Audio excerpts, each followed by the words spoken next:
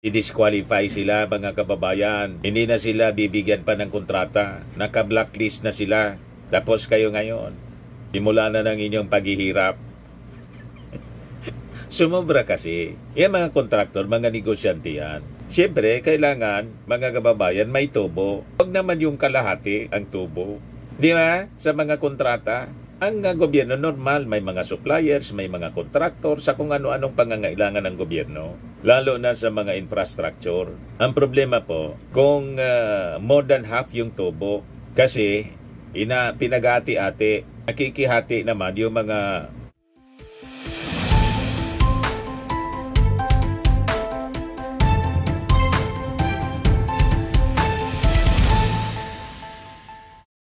Hello po mga kababayan, si Dante Maravillas, Bicolano, vlogger, broadcast journalist from Albay. So pag-usapan natin ngayon mga kababayan yung sabi ng ating Pangulo na hindi niya sasantuhin kahit mga kaalyado niya sa politika dito po sa problema sa flood control.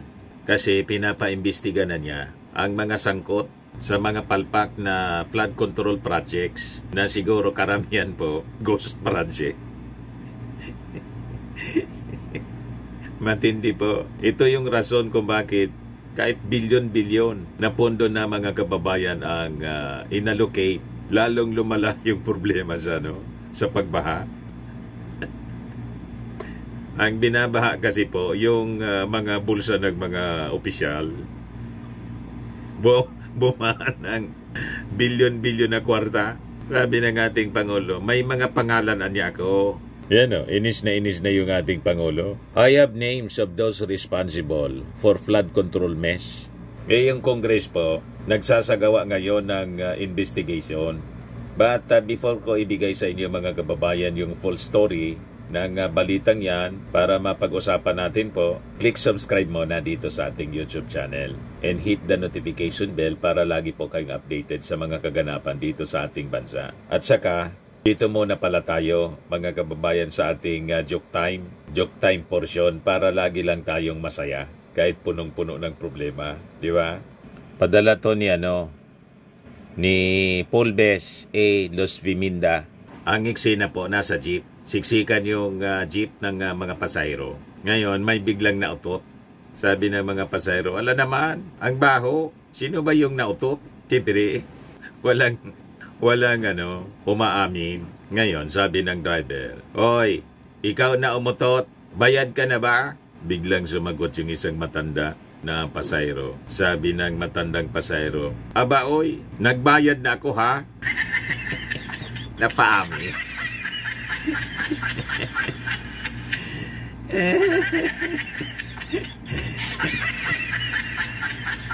Napaamin bigla mga kababayan. Nag-react kasi. Nalito.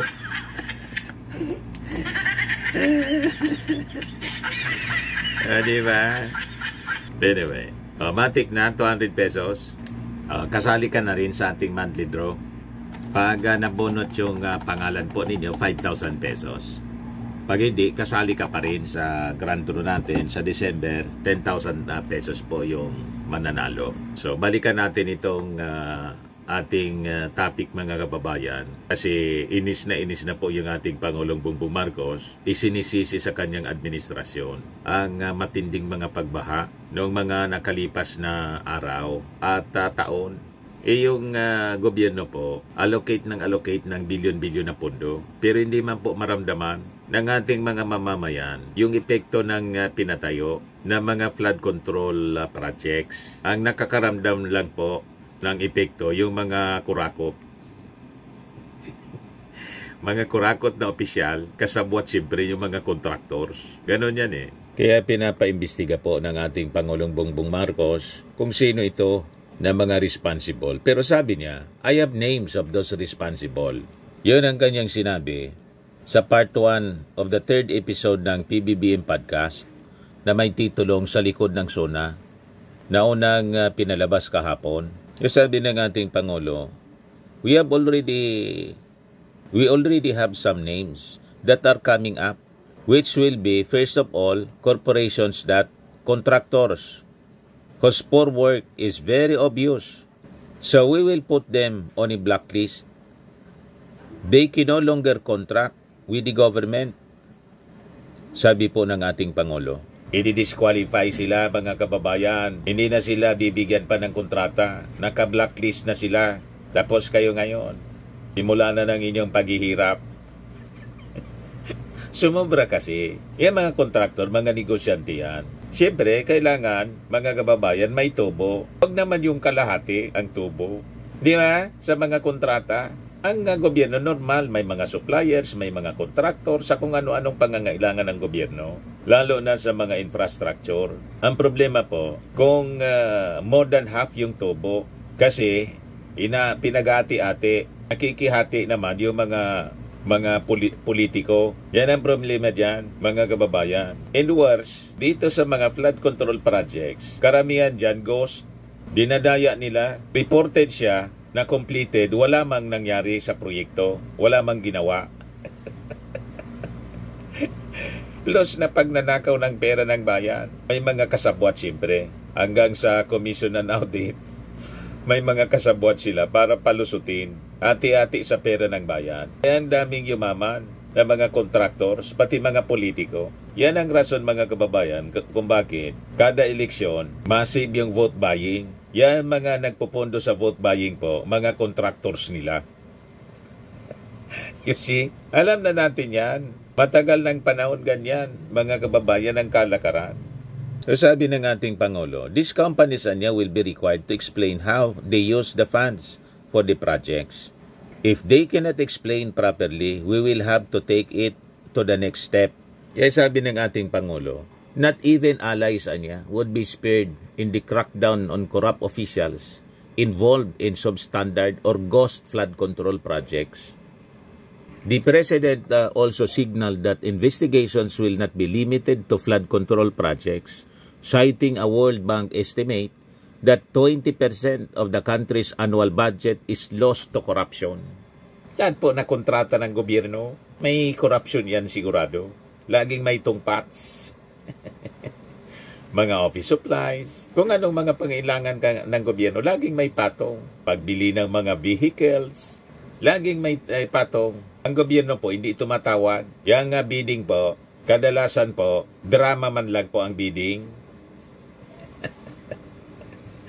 Scripted po yan. Kung sino yung makabigay ng pinakamalaking komisyon, ang tawag is OP, doon sa pumipirma, sila yung winner, mga kababayan. Yan mga bidding-bidding, ay, for show man lang po siya. Pag hindi ka marunong magbigay padulas, tungpats, hindi ka makakakuha ng kontrata sa gobyerno. Ito yung gustong tapusin na, mga kababayan, ng ating Pangulong Bongbong Marcos.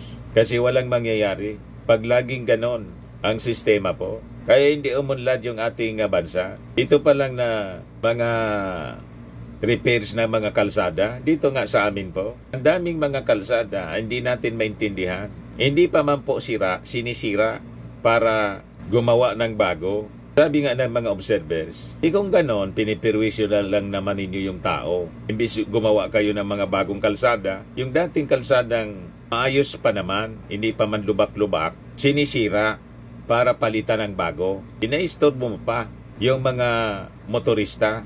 Sabi nga ng nakausap kong motorista, nakauwi na lang ninyo para wala ng perwisyo. Yun naman ang intensyon ninyo, magnakaw. Kaya gusto mag-implement ng project. Maayos pa yung kalsada, sinisira. Kasi daw nakaprograma na. Ba't kasi gumawa kayo ng programa na i-implement sa mga kalsadang maayos pa? Magbukas na lang kayo ng bagong ruta. Diba? Na pwede ninyong simintuhin. Hindi yung maayos pa yung kalsada, sinisira para ayusin. Diba? Yun ang nakakainis. Kaya sabi ng ating Pangulo, ito ang investigasyon has to be evenly applied. We cannot audit only one area. Whoever was complicit in this kind of work, I'm sorry. Mr. Marcos confirmed the government had allocated 980.2 billion pesos para sa flood control projects over the past 3 years, but lamented the lack of progress on the ground. I'm sorry, you're no longer my ally. If that involved in corruption is what you're doing, I do not want you as an ally, sabi ng ating Pangulo. Someone should be held accountable for the hardships of our fellow countrymen are going through. Our people have to be told who is responsible and somebody has to answer for their suffering, sabi po ng ating Pangulo. Ngayon, si Senator Erwin Tulfo nagsabi na yung ating Pangulo, sinibak ang isang undersecretary ng DPWH, pero hindi man pinangalanan kung sino ito. At dinescribe niya ito, the richest undersecretary in the world. Ito, panoorin natin yung interview ni Ivan Mayrina ng GMA sa ating Pangulong Bongbong Marcos. Simulan ko na po, Mr. President, Yes, with my please. first question on your recent SONA. Okay. Isa ho sa pinaka-pinalakpakan doon nung sabihin ninyong pananagutin ninyo, paimbestigahan ninyo yung mga palpak o di kaya non-existent na flood control projects. If I may mention some numbers, Mr. President, our news research came up with the number 980.2 billion na appropriate for flood control in the last 3 years. Yes. Okay. That sounds right. First, can you tell us, sir, what did you see? And what information did you get to decide to confront the issue of corruption in flood control projects and to hold people accountable? It started last December. Nung umiikot ako dahil nga sunod-sunod yung bagyo at nakikita natin kung talagang napakabigat ng ulan. Nung nangyari na naman itong bagyo ngayon, pagpunta ko, nakita ko hindi nagagawa. Akala ko ba meron tayong linagay dito? Hindi pa naumpisa, whatever. Yun, the usual excuses. Eh, sabi ko, kalukuhan na ito. Hindi ginagawa ang trabaho. Tapos pupunta ka sa evacuate. Makikita mo yung mga tao, dikit-dikit, nagsisiksikan dun sa loob. Lalo na yung mga bata, natutulog sa simento, sa gym. Mainit, mabilis magkasakit, magkahawaan. Di natin ginagawa dapat ito sa kababayan natin. Kasalanan na ito. And then you said, kayo, palakpakan ho sila, standing ovation. Pero sino ho nga ho bang pinatutungkalan ninyo dito, Mr. President? They know who they are. Meron naman dyan talagang mga notorious. Matagal ng ganito ang ginagawa. I'm sorry, but they will have to account for their actions and they will have to account for the expenditures that they have made na hindi natin nakikita kung ano yung naging resulta. Sa ngayon ho, warning, ito yung order to conduct an audit, to hold people accountable. Ang tanong ho siguro ngayon, is President Marcos going to crack the whip, really crack the whip on those responsible? The key is to fix the problem. I always say this, but I'm sure you've heard me say it before. Fix the problem, not the blame. You cannot fix the problem without knowing who to blame. Yes. So one thing follows another. So for us to fix the problem, we have to know what happened and where did it go wrong at sinong dapat managot. Meron dapat naman managot dahil sa dinadaanan na hirap na dinadanas ng ating mga kababayan. They have to be told who is responsible and somebody has to answer for their suffering. Paano ho nyo? Sorry na lang. Sorry kayo. Hindi na kita kaalyado kung ganyan ang ginagawa mo. Ayaw na kita kaalyado. Naging focus po ninyo dito sa pagpapanagot, yung pag-mention yung control projects. Pero in your own words, sir, sabi nyo, alam ng buong madla na may mga kumikickback sa mga government projects. The World Bank puts it at 20%. Yung 20% daw ng annual budget ng Pilipinas na pupunta sa corruption. Yeah. How far are you going to take this, sir? Will this also extend to other projects na hindi mga flood control na posibleng kumikickback din ng mga opisyal ng gobyerno? Evenly applied. Hindi naman maaari. Dito lang tayo nag-audit. Dito lang tayo naghahanap ng mananagot. Kailangan lahat, kung sino man may naging kasabwat dito sa ganyang klaseng pagtrabaho, sorry na lang. Kagaya na sabi ko, sorry na lang. May calls how to have RT conduct this audit, this review of all these projects. Well, wag daw po ang DPWH. What's your take on this? Hindi talaga DPWH. Dapat. Hiningi lang natin, hindi nang hiningi. Kinuha na natin yung listahan. Kaya yung mahalaga doon sa aming pinag-usapan na isa sa publiko natin. So malalaman ng tao, yung tiga doon, barangay 1, 2, 3. Sabi, tiga namin yun, wala naman kami nakitang ganito Di isumbong nila. So that applies to all of the projects that will happen. I'm sure marami magsusumbong dyan. We already have some names coming up that will be, first of all, corporations that mga contractor na talagang kitang-kita na hindi magandang trabaho nila.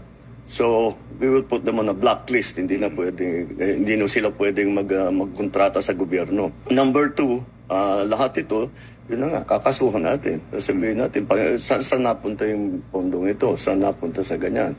Pag hindi sila makapag-explain na mabuti, we will have to take it to the next step. Kaugnay po nung utos nyo yan, na i-audit ito mga projects na ito. Sinabi nyo rin that you will return a general appropriations bill that is not in line with your NEP. Yeah. Never mind if you have to resort to a reenacted budget. Sure. 2 things, sir. One, this early, Senate President Cheese is saying na hindi pwedeng hindi galawin ng Senado ang budget o ng legislature ang budget. We have the power of the purse. Yes. Ano hong masasabi nyo rin? He's right. Ano yung sinabi ko dun sa suno. Kung hindi alinsunod doon sa plano. Trabaho naman talaga ng Congress yung gagawin nila yung budget. Ngunit, trabaho naman namin na magbigay ng plano at humingi ng pondo sa Kongreso para lahat ng ating mga gustong gawin ay ating magagawa at hindi nawawaldas, nananakaw ang pera ng tao. Yun lang naman ang habol namin. But that's the process. The process is the executive, the offices under the executive department make a budget request. It is then transmitted in the NEP to the Congress. Tapos susuriin na ngayon yan. Meron sasabihin, yung mga changes na gano'n. Ang tinutukoy niyo po yung mga land insertion na tatanggalin dito, lilipat sa ganyan. Yung pinakamalaking naging problema, yung foreign assisted, tanggal halos lahat ng funding. So, kailangan natin ibalik yun dahil importante yung mga foreign assisted projects. At saka sinisira pati yan ang reputation natin. Yes. And the worst part of this all, yung napupunta, kuminsan yung mga project na hindi maganda, napupunta sa unappropriated. Ano yun? Utang yun. Nangungutang tayo para bang rakot itong mga ito. Sobra na yun. Secondly, I said there are 2 points related to this question, sir. Are you prepared to reenact a budget? Oh, yes. Hindi na ho siya responsive sa mga plano ng administrasyon ninyo? Well, yes, I'm willing to reenact the budget if that's what we'll have to do. Since I made it already, I made New Year's Day the hard deadline. I'm sure we will find it. I'm sure we will find a way. Maganda yung mga reactions ng mga tao. Sabi ni Cheska Rivera, grabe, saludo ako sa tapang ni PBBM. Diritsaan niyang kinakalaban ang katiwalian. Sabi ni Lucas Torres, good job sa transparency. Sana magtuloy-tuloy. Sabi ni Trisa Don, walang takot magsabi ng totoo si BBM. Iba talaga pag may malasakit sa bayan. Sabi ni Tristan Gay, or Guy, panoorin niyo po guys, very eye-opening ang topic. Sabi ni Jessa G, pusong Pilipino, isip moderno. Ganyan dapat ang leader. Sabi ni Ramon Dizon, ganda ng mensahe, diretso at malinaw. Sabi ni Francine Ispanula, salamat PBBM sa tapang laban sa katiwalian. Sabi ni Ella Sandoval, yan ang leader, may paninindigan, walang palakasan, dapat accountable. Sabi ni Risa Jane, dapat lang mapanagot ang mga abusado sa proyekto. Sabi ni Jose Ramon Villanueva, tama gid si BBM, dapat may accountability, gag transparency sa tanan mga proyekto para hindi masayang ang kwarta sang pumuluyo. Sabi ni Sabor Sin, dapat lang may warning sa mga abusado. Kawawa ang mga tao pag binaha. Sabi ni Hope, mabait nga si PBBM pero matalino at kita nyo naman napakulong ang kriminal at may susunod na mananagot at ipapadala abroad. Wait nyo lang. Sabi ni Life Hacks, transparency wins. Sabi ni Didi, sa bawat salita mo, PBBM may dalang liwanag sa bayan. Sabi ni Dylan, suporta kami sa imo kampanya kontra katiwalian. Sabi ni Fanby, thank you for your commitment to transparency and accountability. Sabi ni Juliet Domingo, malaga to para sa kapakanan ng mamamayan. Sabi ni AAL Gaming, more episodes like this please. Sabi ni Silas Santiago, dito makikita ang tunay na malasakit ng Pangulo sa ating bansa. Sabi ni Dulce Santiago, mabuhay ka PBBM, salamat sa matapang na paninindigan kontra katiwalian. Sabi ni Triple K, thank you for providing such a valuable public service. Sabi ni Luz Basco, tamang direksyon po to, suportado ka namin. Sabi ni Drake Martin, tuloy lang po ang laban para sa maayos na gobyerno. Sabi ni Hercy Joyce Manansala, salamat PBBM sa pagiging bukas at tapat. Sabi ni Nature's Outlook, saludo sa malasakit ni PBBM sa bayan. Sabi ni Maris Montes, mahusay ang diskusyon. Sabi ni P. Landok, panoorin niyo po ito, napakalinaw ng intensyon ni PBBM na itama ang sistema. Sabi ni Jovelyn Peralta, dapat lang matigil ang pananamantala sa proyekto. Sabi ni Burger Lover, yes, dapat may accountability guide. Sabi ni Chinese Movies, transparency and leadership, PBBM is on the right track.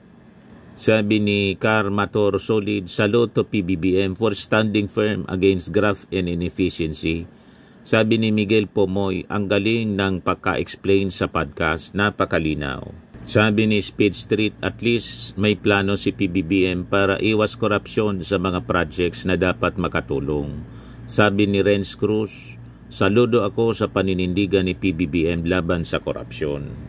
Diba? Lahat positive yung mga reactions. Appreciated ng ating mga mamamayang Pilipino ang kampanya ng ating Pangulong Bongbong laban sa korupsyon. Kahit mga kalyado, pag nadiskubre na yung mga kalyado sangkot dito sa flood control mesh, hindi na niya tayo magkalyado. Umanap na kayo ng kalyado ninyo. Ano pa man, yung ating Pangulo na, and will end ng kanyang presidency sa 2028. O di hindi kayo kalyado. Wala nang paki yung ating Pangulo. Ang gusto lang ng ating Pangulo, ayusin yung ating bansa. O ngayon, ito yung investigasyon na ginawa ng Congress kahapon. Sabi dito, the Department of Public Works and Highways Secretary na si Manuel Bunuan described as preposterous. Bloggers claim that 800 million pesos worth of flood control projects had been cornered by 6 lawmakers. Naitanong kasi siya, pakinggan natin mga kababayan, yung hearing kahapon. Actually, the political blogger that you've given me, Your Honor, and what I can say, we don't have this kind of information at all in the department. To me, it's a little preposterous actually to have something like this, 800 billion for 6 members of Congress. Mr. Chair, can you restate it, Mr. Secretary? What was the allegation again? The 6 congressmen has cornered 800 billion in projects. Pesos for flood control projects, Your Honor. Mr. Chairman, can we ask the Secretary to make a categorical denial of the statement made by that blogger in social media in this committee? Mr. Chair. It is actually now that it is now open for me to respond, Your Honor. What I'm saying is that we don't have any specific record of this kind of allocation for the 6 congressmen that has been put into the... And can you mention the responsible blogger or irresponsible blogger who made that allegation, Mr. Chair? I don't have anybody. Did not say. Yeah. I think it's a page, Mr. Secretary, being circulated today. So, Mr. Chairman, I would just like to thank the good Secretary for at least clarifying that point, no? Kasi, alam mo, unfair talaga eh. I mean, we need to get, our facts. We need to get the truth, especially when we're trying to investigate issues and problems that affect the country. Now, if there are malicious people who want to take advantage of this by throwing out fake news, fake posts, meant to malign and destroy the good name, hindi po pwede yun. Walang lugar po sa atin yon, at higit sa lahat, hindi po tama yon. Malamang ang nagpakalat naman po, DDS vlogger.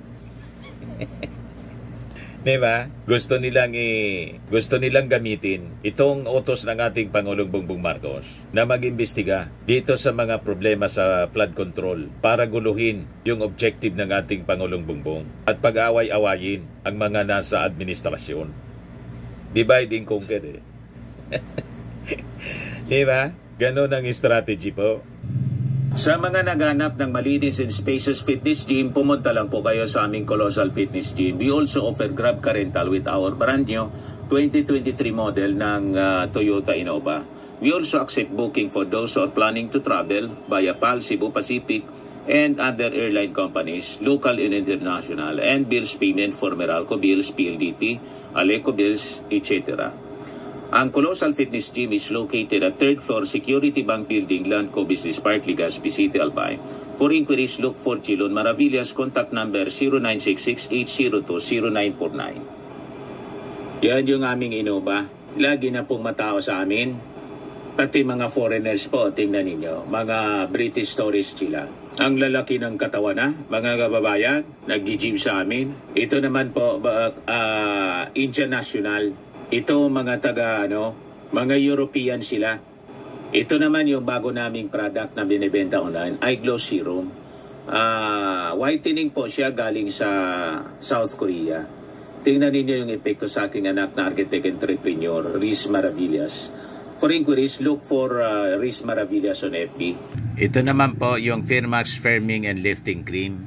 Pinapahid po ito sa mga pulses and affected area. Mainam po ito sa mga pains at paninigas ng mga kaso-kasuan. Ito po, Automax Radiant Serum. Sa mukha naman yung application. Anti-aging po siya. You will look 10 years younger than your age. Ito naman po yung bagong product na binibenta namin online. I Am Worldwide Amazing Pure Organic Barley Powdered Drink Mix from Australia. Endorsed by cancer survivor, actress Maritoni Fernandez. Pwede kayong magnegosyo nito mga kababayan. Kontakin ninyo yung aking anak Riz Maravillas para sa business orientation. Pati coffee po. Mag-online seller po kayo tulad ng aking anak na architect entrepreneur para gumanda ang buhay. May travel incentives po sila. Malaki po itong company mga kababayan. I Am Worldwide Corporation. Oh. Tingnan naman ninyo mga kababayan. Marami kaming stocks po, kaya mag-message na lang kayo for your orders. Yan, tingnan ninyo. Napakagaling ng company, mga kababayan. I Am Worldwide Corporation.